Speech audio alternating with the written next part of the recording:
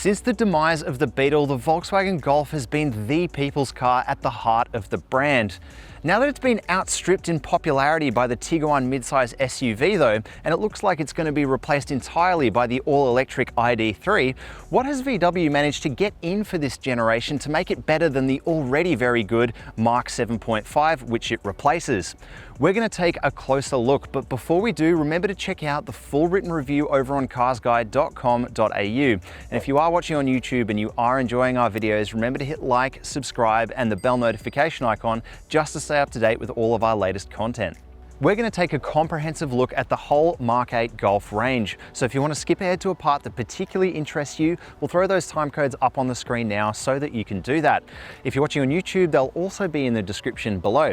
First up, pricing and specs. There are three variants in the standard Golf range, with prices will flash up on the screen now. The entry-level car is simply called the Golf and is unbelievably still available with a 6-speed manual transmission or a brand new 8-speed automatic.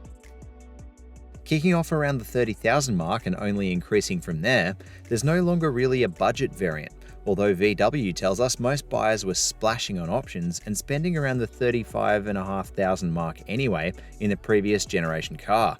To that end, the base car is surprisingly well equipped, with even things like a digital dashboard, LED headlights, and tri-zone climate. You can read more about the specs in the full written review on carsguide.com.au, but the real buyer's Golf is the mid-grade Life, which we've mostly been testing. The Life is automatic only, gains things like 17-inch alloy wheels, a pro version of the digital dash cluster, a much larger 10-inch multimedia screen with wireless Apple CarPlay and Android Auto, a wireless charger, built-in sat-nav, keyless entry and push-start ignition, LED ambient lighting, and auto-folding exterior mirrors.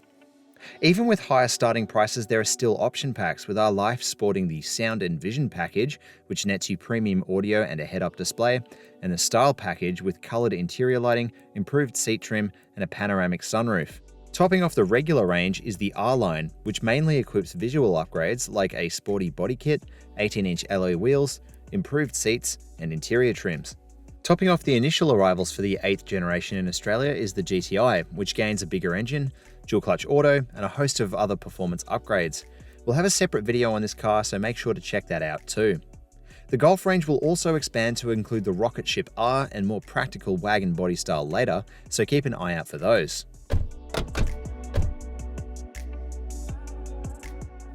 Especially from this angle, it's pretty hard to tell that this Golf is a new generation offering.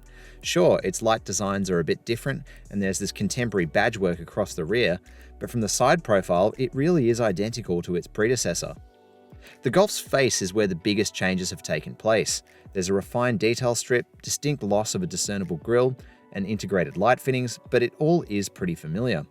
On the one hand, some may be disappointed that it's not more of a revolutionary change, but existing fans of the Golf and its predecessors will not only be used to these gradual updates, but will love its familiarity.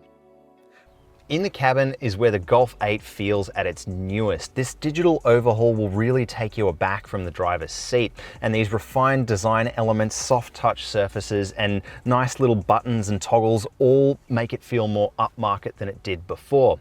Let's have a look at practicality next and see if it can improve on the 7.5 there as well.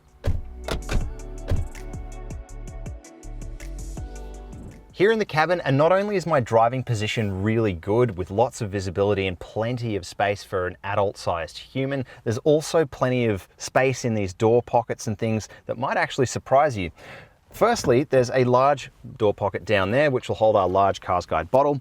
There's an adjustable slot here which will also suit it, another cup holder here of a slightly different size, and there's a little cutaway which will suit some phones, maybe a key or a wallet, a wireless charging bay in this mid-grade Life example here, but bring a converter because all of the cable connections are USB-C, so keep that in mind. There's no USB 2 at all in this car, and there's a 12-volt outlet here on the console as well. Inside the armrest, there's a small box which is variable height locking and a glove box as well. So all in all, The front of the cabin, excellent. Let's go take a look in the back. In the back seat of the Golf, things are really good too, especially for a hatch in this segment. I feel like I have plenty of leg and arm room. Look at the amount of space I have there. That's behind my own, I'm 182 centimeter tall driving position there. Plenty of headroom, and it feels like a bit of a glass house in here. It's nice and open and airy. In terms of other storage areas, you have large pockets, unusually large pockets in the doors there, which suit this large Cars Guide bottle. You have a drop-down armrest with 3 more cup holders in there, a weird little center one for like a latte or something. But most importantly, you've got pockets on the backs of the seats with these weird little ones on the mid-grade life to suit phones and things, but you've also got a third climate zone just for rear passengers, and that's really excellent with adjustable vents, lock-offs and everything, as well as a set of 2 USB-C ports. The boot comes in at 374 litres, which is pretty good for the class, and every Golf has a space saver spare under the floor.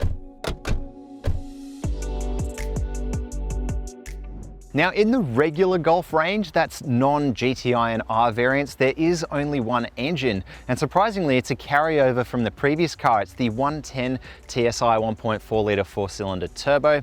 You'll be familiar with this engine from the 7.5, but interestingly this time around, instead of the 7-speed dual clutch that the brand is known for, it's been swapped out for an 8-speed torque converter auto. Let's look at why that's a really good thing for casual drivers over in the driving section.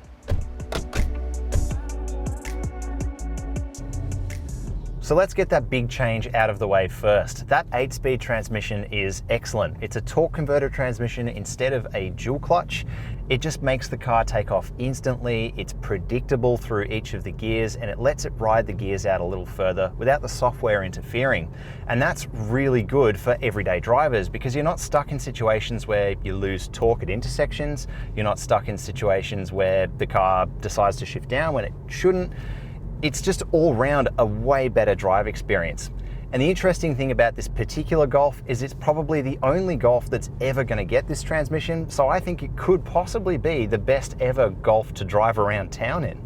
The ride too is excellent. Golf has always been good when it comes to ride, but this time around it's even better again. It's smooth, it's predictable, it's everything that this car should be around town. Elsewhere, all these digital features are really good. The screens are really fast, which inspires your confidence that they're telling you the right thing at any given time. And although things like dials and shortcut buttons have been removed, the system is fairly intuitive. It's never a win for drivers when those kinds of things are removed, so I would still really like a volume dial, maybe a climate dial for fan speed as well, but I suppose you can't have everything. So the ride and handling have been refined to that really fine point. We really like the way this engine and this transmission play together, making this the best ever Golf to drive, really. And normally this is the part where I start to tell you about a few things that I don't like about the way this car drives, but there really are so few of them. The suspension might be a little on the firm side for some people, I suppose. I really thought that the lane keep assist system would be a little bit more interventionist when it comes to the adaptive cruise. I thought it would steer a bit more for you. And I also thought that the road noise would be a little bit more under control at freeway speeds, but on the whole, it is really quiet, especially around town. And so when it comes down to it, it's just a few little tiny things like that that are the only things I can think of to complain about in this car. And that just really places it up there at the forefront of the hatchback segment when it comes to its driving experience.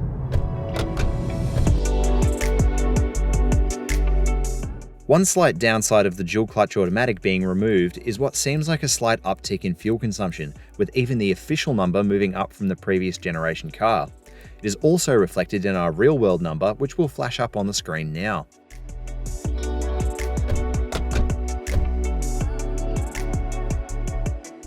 All Golfs come fully loaded with auto emergency braking, which works to freeway speeds and detects pedestrians and cyclists, lane keep assist with lane departure warning, blind spot monitoring and rear cross traffic alert, safe exit warning, adaptive cruise control, and emergency assist.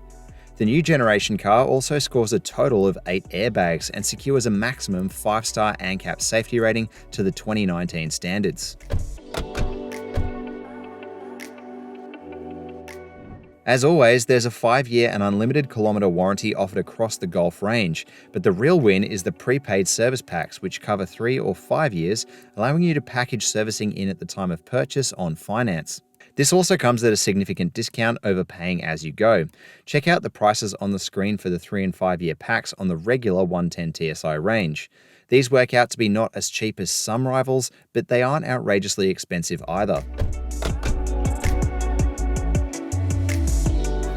It's true, there have been some relatively minor changes when it comes to this new generation Golf, especially in its lack of a hybrid variant which is available overseas, and its kind of predictable exterior styling. But when it comes to its digital overhaul, its truly superior drive experience and its mature feel from behind the wheel, the Golf really still is at the forefront of the hatchback segment.